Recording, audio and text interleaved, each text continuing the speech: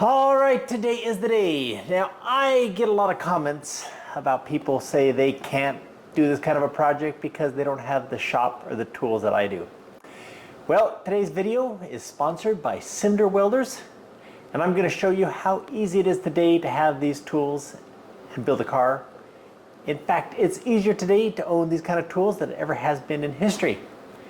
In other words, after this video, if any of you out there are still using the excuse to stay securely attached into your couch that you can't do this kind of thing because you don't have the tools, quit coming crying to me. Now, I have here in front of me 5 tools that you are going to need if you're going to build a car. Everybody's going to need a drill. This one I have come to love and learn to love. It is almost indispensable with me now, an oscillating multi-tool. And of course, the true tried and trusted angle grinder. Now you see that these are all same branded and they came as a pack. And that's one way. Find a good sale on a set of tools that match up like this, use the same battery system, and you can have those. And of course, another very important tool in our modern age is a PC so that you can do some design work, drawings, 3D modeling, whatever you're going to do in there, but you will need one of those. And then fifth here is a vacuum pump. If you're going to be doing composite work like we have been doing on this car, you will need a vacuum pump. And if you aren't going to be doing composites, you may have to change that out for like an English wheel or some other tools you're going to be doing to work metal. Now, not in this little stack of tools should be a welder. In fact, it's absolutely mandatory. And if you want to make your life a whole lot easier, a plasma cutter or an oxyacetylene torch would also be a good fit in there. Back in the late 70s, my father was trying to build up a foundry to cast his bronze sculptures. Now, one of the tools that you need to work in the fine arts world is a TIG welder. Now, somehow my father managed to trade or do something to get hold of a big giant TIG welder that looks something like this. And this is the type of machine that I learned to weld on. It was heavy and expensive. Now, in today's digital technology, they don't have to use those big giant copper coils anymore. They've kind of become obsolete, with fewer parts and a lot less expensive to assemble them because of the fewer parts and the lighter weight. Machines of today are much better in their application. However, there is a welding shop quote that says something like this: a welder that can do everything doesn't do anything very well. So a good production welder is one that only does one thing. Now, I've kind of got a mid-range welder here in the shop that I'm typically using that does 2 things. It does TIG and MIG. And it cost me about $4,500. And plus you can add another $700 on there for my plasma cutter. Now, a production welder is going to cost you closer to $7,000 or $8,000 if you need a machine that has longer duty cycles and really super high quality. And if you need 2 functions, 2 machines, well, you better be having a shop that's actually making some money off those machines rather than hobbying around in your garage. So I had a company called Simder, and they reached out to me to see if I'd be willing to review a combination welder that they build. Combination, that means it'll TIG weld, it'll MIG weld with and without gas, it'll stick weld, and it also acts as a plasma cutter. All of this for less than $1,000. Now, I thought this might be a way for someone just starting out or wanting to learn how to weld, might be a good way for them to get into the business. So I said, sure, send one over, let's see what this thing can do. Well, let's jump in, see what it can do.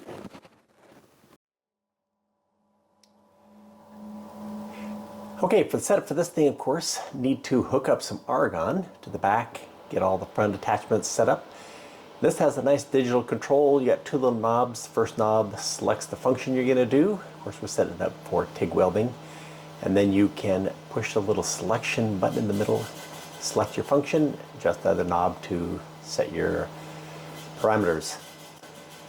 Now, this is set up with a finger trigger.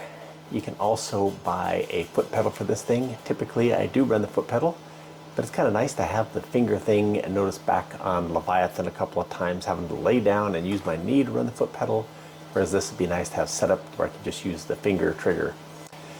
Once I get my settings on a piece of scrap metal, I'm going to be welding this little piece of steering linkage. This little piece of linkage goes from the main steering box on the old Silverado to a new steering box that I've created that turns that drive mechanism 180 degrees, going back towards my steering column. whole project is coming along, and with this little welding, you'll see that maybe a little bit sooner having it done. Now I have to keep cooling this thing off because these universal joints, I don't want them getting warm, warming up the grease or the bearings in there. Finding that I have to also ground this thing right on the piece. It is not grounding through those little universal joints. We're going to keep welding this thing though with just little short, maybe 3/4 of an inch welds, and then cooling it off each time. This welder seems to run really warm compared to what the settings are on, but that's just a matter of figuring things out and making some adjustments each time. Did get really good penetration on this piece though, and that's what I needed because this piece is going to be one of those parts that you might be relying your life to. But I think we get a really good weld on this. And we'll get it cooled off one last time. Go dry it off and take a look.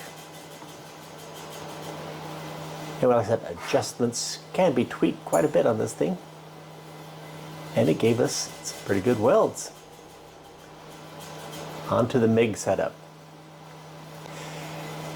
Now this is going to be welding on the subframe of Arete. Now up on the front of this subframe there are a couple little brackets that go up against the bulkhead and bolt through. And they have just been tack welded for a long time. Hoping I was going to take this whole thing apart and finish all the major welds. But I need to put some bolts through and suck this thing up so I can do some fitment.